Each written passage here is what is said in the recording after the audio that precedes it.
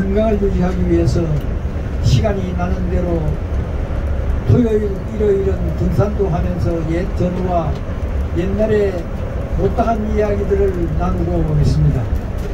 특히 오늘 여러분들이 이와 같은 훌륭한 장소에 참석하게 되고 나도 동참하게 되어서 대단히 기쁘게 생각을 합니다. 여러분들이 궁금하게 생각하고 있는 47년 전의 미루나무 작전에 대한 것은 지금 말씀드리면은 그때 당시는 제가 일공수 여단장을 임계를 하고 한 2개월 된 그런 시점이었습니다. 미루나무 작전이 여러분들도 알고 계시는 것과 마찬가지로 어느 날 8월 18일 날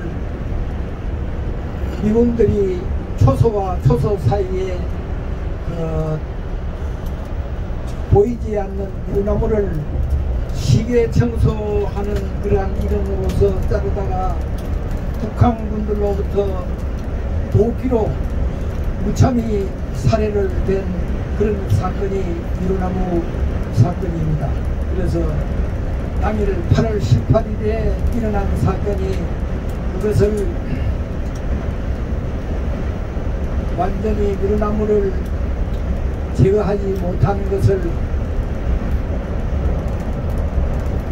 미국 대위와 중위가 살해되었기 때문에 이것을 반드시 수행을 해야 되겠다 해가지고 이 8군 사령관과 미국 당국으로부터 펄버닝이라는 작전 이름이 붙은 작전이 시행이 되었습니다. 그 내용은 그때 당시에 스틸웰 8군 사령관이 주도가 돼가지고 모두 미국 대통령으로부터 작전에 대한 승인을 받아가지고 시행된 작전입니다.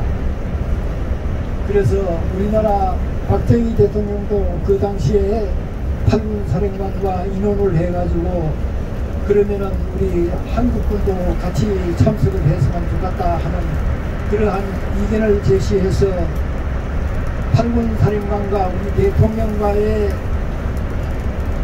약속하에서 그렇다면은 우리 정예부대인 일공수 여단이 미루나무를 자를 때에 그 주의를 경계를 해도 좋겠다 해가지고 같이 참석하게 되었습니다. 당일 우리나라 육군 본부로부터 내가 소환을 받아가지고 작전 참모를 데리고 가서 합참에 가가지고 합참 의장으로부터 작전을 수행할 때니까 격리해서 준비를 하라 하는 그러한 명을 받고 돌아왔습니다. 그리고 그 다음날 내가 사무실에 있는데 육군 참모총장과 8군 합참 의장이 육군 완수사방에 사성장군 두 사람이 우리 정문을 방문을 해가지고 박정희 대통령의 그 하사금을 저한테 전달을 했습니다. 이것을 너희들 작전 후에 돌아와서 회식이라도 하라 하는 이러한 명목으로 저한테 건네해 주었습니다. 그 50만원 나중에 작전이 끝나고 돌아와서 회식을 하면서 사용된 아주 훌륭한 그러한 회식이 되었습니다. 그 이후에 참석할 병사를 선출하는데 64명에 대한 일개 중대가 12명인데 64명 한 4개 중대를 차출을 해가지고 저희 중대는 대위가 팀장이 되고 중위가 그 보좌관이고 나머지 10명은 그때 당시의 각각 특기를 가지고 있는 그런 병사로 편성되어 있는 일개 중대가 12명입니다. 그래서 64명을 편성을 해가지고 그 64명은 각자 각 대대에서 정예병을 골랐는데 정예병이라도 자기가 참여하겠다고 지원하는 사람을 골랐습니다. 지원하는 사람을 고르는데 독자들은 참여를 하지 않도록 이렇게 고르고 손톱과 발톱을 전부 다 잘라내고 완전히 죽음의 계곡으로 들어가면서 아주 모든 병사들이 확실하게 적을 잡겠다는 그러한 신념으로 들어갔습니다.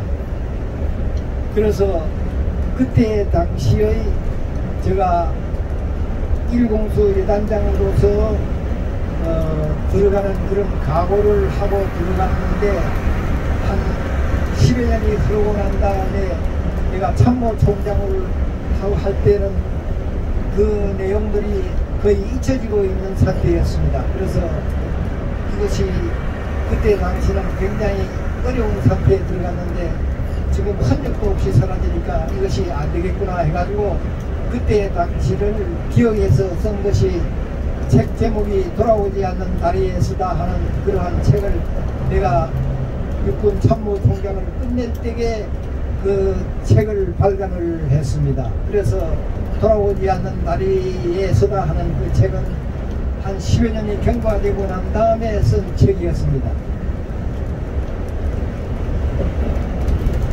그리고 연락장교를 8군에 보내고 작전이 수행이 되는 과정에서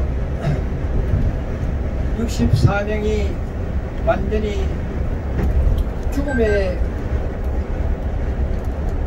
죽을 각오를 하고 들어갔습니다. 그래서 그때 당시는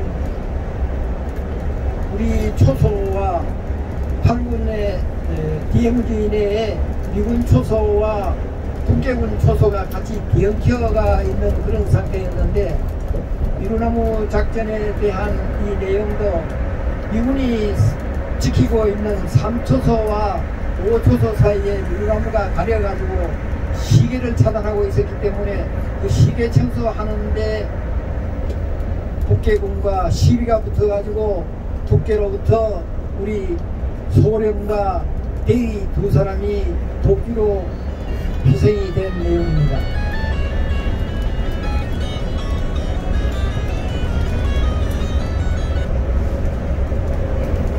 그래서 연락장교를 8군에 보내고 작전 준비를 하고 있는 과정에 있어서 내가 판단하기에는 작전이 끝나고 나면 어떻게 될 것인가, 작전을 잘하고 못하고 평가는 누가 많이 죽였느냐 하는 그러한 내용으로 저는 판단을 했습니다. 참모총장으로부터 받은 명령은 나에게 북계군을 많이 죽이면 많이 죽일수록 훈장을 많이 줄게 하는 그러한 내용이고, DMZ에 총을 가지고 들어가라, 어떻게 하라 하는 이런 말은 일절 얻었습니다. 그래서 제가 어떻게 평가를 해야 될 것인가, 참모총장이 하는 말이 육군본부 작전참모가 따라가든지 일공수 너 예단장이 따라가든지 두 사람이 들어가가지고 작전을 옆에서 지휘를 해주라 하는 그런 내용이었습니다. 그래서 64명이 미군 대위 밑에 들어가는데 내가 같이 들어갈 수는 없는 입장이고 해서 64명의 장이 미군 대위가 대대장이 지휘하는 그 밑으로 들어가가지고 작전을 하게 되어서 같이 들어가는 과정에 있어서의 밤새도록 생각을 하니까 하고 들어가는 GMC 속에 총을 숨겨가지고 들어가야 되겠다 하는 그런 생각으로 GMC 밑에 샌들백을 까는데 그 밑에 총을 3등분 해가지고 집어넣어가지고 들어가도록 이렇게 조치를 하고, GMC 위에 있는 병사와 밑에 내려와가지고 있는 작전하는 사람하고 서로 협조를 하면서 사건이 벌어지면 서로 지원할 수 있는 그런 체제를 유지할 수 있도록 준비를 시켰습니다. 그러면서 내가 생각하기에는 아마 우리 병사들이 한 10명 내외로 다치거나 죽지 않겠는가 이렇게 생각해서 내가 생각하기에는 국회들을 그것보다도 더 많이 희생을 강조해야 되지 않겠는가 해서 최소한 또 7, 8명을 우리가 희생을 당하면서 10여 명의 국회군을 처단하도록 이렇게 이야기를 하면서 발포 명령을 우리가 내렸습니다. 한 100m 중간에 오거든 쏴라. 그러니까 현장 지휘관은 한 150m 오거든 쏴라. 이와 같이 해서 들어가는 병사들은 아주 든든하게 들어갔습니다. 들어가는 입구에 국회 초소가 있고 또 들어가다 보면 우리 초소도 있고 하는데 작전이 끝나고 알았지만은 국회군이 우리의 이 준비사항을 보고 떨어가지고 철수를 해버리고 없는 상태가 되어버렸습니다. 그래서 발포 명령을 받고서 사격 명령을 시행하려고 보니까 국회가 없기 때문에 들어갔던 병사들이 북한 초소에 들어가가지고 북한 초소 내에 있는 전화기를 부수고 거기에 달려있는 그 카텐을 뜯고 하다 보니까 불이 버쩍버쩍 나고 하는 것을 그 미군 병사들이 보고 한국 병사들이 지금 미쳤다 그러면서 만류하러 들어와가지고 서로 들어가니 나오니 이렇게 시간이 하다 보니까 몸속에 권총도 들어있고 실탄도 가지고 있고 하니까 한국군이 이거 미쳤다 하면서 그때 당시에 내가 그 지휘소에 와 있었는데 한국 병사들이 미쳤다 아주 크레이지 미국말로 이런 이야기를 하는 것을 현장에서 제가 들었습니다.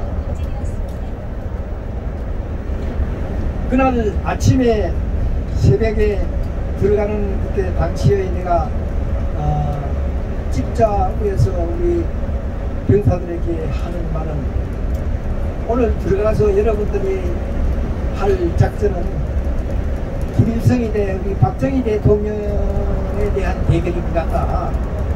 여러분들이 죽을 각오를 하면 살 것이고 살라고 생각하면 여러분들 죽을 것이다. 필생즉사요 필사즉생이다 하는 그 말을 들어가는 새벽에 눈동이 털떼게 내 본넷도 위에서 우리 병사들에게 하였습니다.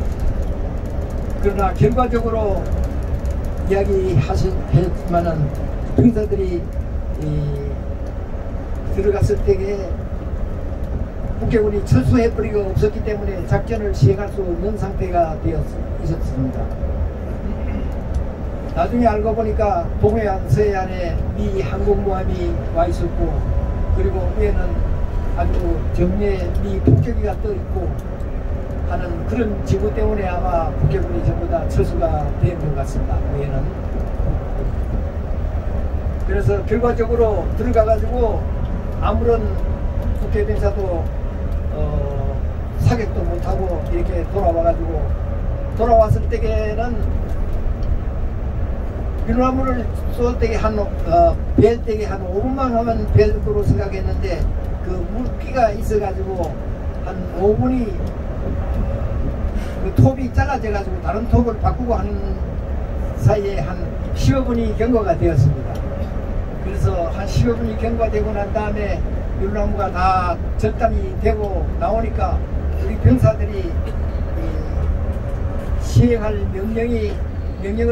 명령을 수행할 수가 없으니까 북한군 초소도 두드러 부수고 그 앞에 자동차 들어가는데 그 고리가 되어 있는 국회군 초소 앞에 있는 그 고리를 아주 떼려고 미군 그 운전수가 하고 있는 그 트럭을 갖다가 거기다가 꽂아가지고 잡아 당겨서 그것도 말동이가 그것도 품어버렸습니다.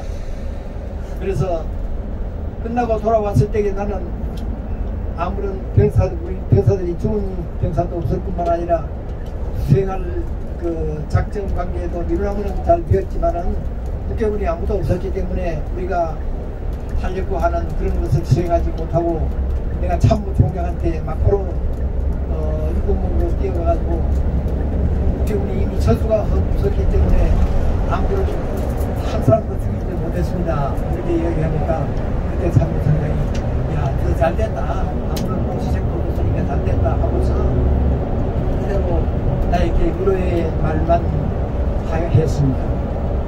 끝나고 난 다음에 8군 사령관이 1공수라는 병사들이 DMZ 들어가는 그 규칙을 위반하고 총도 가지고 들어가고 원정도 가져가기 때문에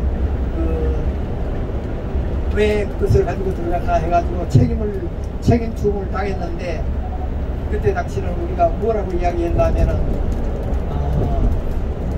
만약에 국제군한테 포로가 되면은 자살하려고 가지고 들어갔다 하고서 그런 핑계를 이야기를 했습니다.